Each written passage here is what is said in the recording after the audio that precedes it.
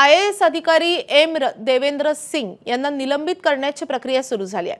तालिका अध्यक्ष दिलीप लांडेंनी निलंबित करण्याचे आदेश दिलेले होते। अधिवेशन काळात हलगर्जीपणा केल्याचा ठपका ठेवत त्यांचं निलंबन करण्याचे आदेश देण्यात आलेत।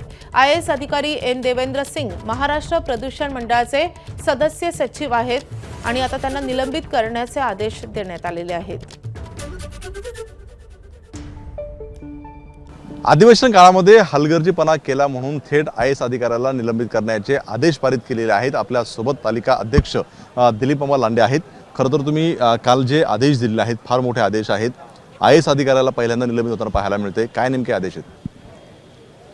हे महाराष्ट्र शासन आहे, हे शासन लोकांच्या हितासाठी आहे, जनसामान्यांच्या हितासाठी आहे आणि या महाराष्ट्रातील लोकांच्या भावनांचा आदर केला पाहिजे।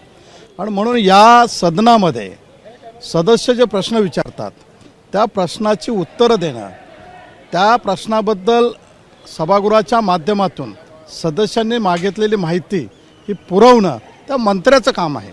आणि त्या मंत्र्यांना जर अधिकारी सहकार्य करत नसतील, त्या मंत्र्यांचा अपमान करत असतील, याचा अर्थ या सदनामध्ये बसलेल्या सर्व सदस्यांचा अपमान आहे, या महाराष्ट्रातील जनतेचा अपमान आहे।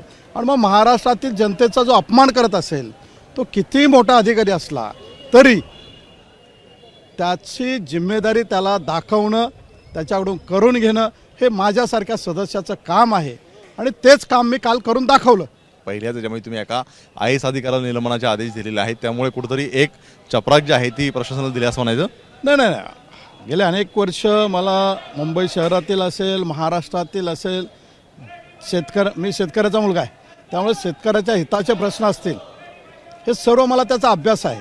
आणि या अभ्यासाच्या माध्यमातूनच त्या ठिकाणी सरकारने जे करणं आहे, केलं पाहिजे, हे त्या ठिकाणी ज्याला मला अपेक्षित होतं ते झालं नाही, म्हणून तशा पद्धतीचा निर्णय घेण्यात आला। कॅमेरामन प्रशांत माने, एबीपी माझा, मुंबई।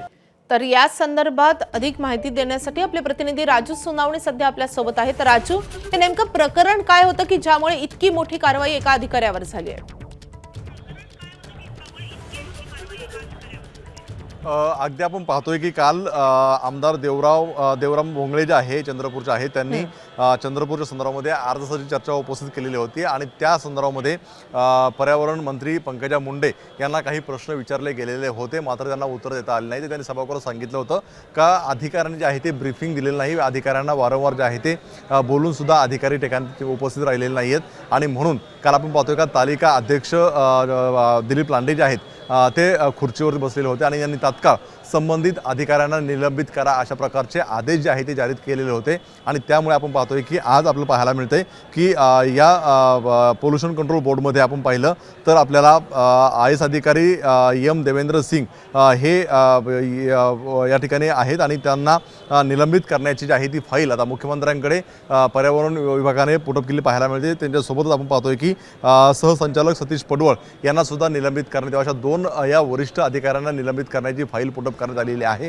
त्यामुळे कुठेतरी आता मुख्यमंत्र्यांची सही झाल्यानंतर दोन्ही अधिकाऱ्यांना निलंबनाचे आदेश जे आहे ते जारी होतील। खरं तर आपण पाहतोय की देवेंद्र सिंग हे IAS अधिकारी आहेत आणि मंत्र्यांना ब्रीफ केलं जात नाही असा ठपका ठेवून जे आहे ते त्यांच्यावरती ही कारवाई होणार आहे। खरं तर पहिल्यांदाच विधिमंडळातलं हे कामकाज सुरू असताना एवढी मोठी कारवाई होताना पाहायला मिळते। त्यामुळे आता मुख्यमंत्र्यांनी सही केल्यानंतर निलंबन नेमकं कशा प्रकारचं असणार आहे हे सुद्धा पाहणं महत्त्वाचं असणार आहे। मात्र यामध्ये कुठेतरी राजकीय सुद्धा जे आहे ते काही याला काही गोष्टी आहेत काही सुद्धा पाहणं महत्त्वाचं राहणार आहे, कारण भाजपच्या मंत्री ह्या पंकजा मुंडे आहेत आणि पोल्युशन कंट्रोल बोर्ड जे आहे ते सिद्धेश कदम यांच्याकडे आहे। त्यामुळे कुठेतरी या दोन राजकीय नेत्यांच्या मधला क्रायसिस म्हणून याचाही काही भाग आहे का हे सुद्धा पाहणं अतिशय महत्त्वाचं राहणार आहे। त्यामुळे आपण पाहतोय का निलंबन होत असताना आता मुख्यमंत्र्यांची नेमकी भूमिका काय असणार आहे हे पाहणं सुद्धा महत्त्वाचं आहे। मात्र IAS अधिकाऱ्यावरती अशा प्रकारे निलंबनाची कारवाई पहिल्यांदाच मोठी होताना पाहायला मिळते। कदाचित आज संध्याकाळपर्यंत मुख्यमंत्री या फाईलवरती सही करेल आणि पुढची कारवाई जी आहे ती होण्याची शक्यता आहे। त्यामुळे आपल्याला पाहायला मिळते की हे सगळं प्रकरण झाल्यानंतर मुख्यमंत्री सुद्धा यावरती काही आपली भूमिका मांडतात का? नक्कीच। आणि आता या मोठ्या कारवाई संदर्भात तुमच्याकडून अपडेट जाणून घेत राहू। राजू, धन्यवाद या सगळ्या। एबीपी माझा, उघडा डोळे बघा नीट।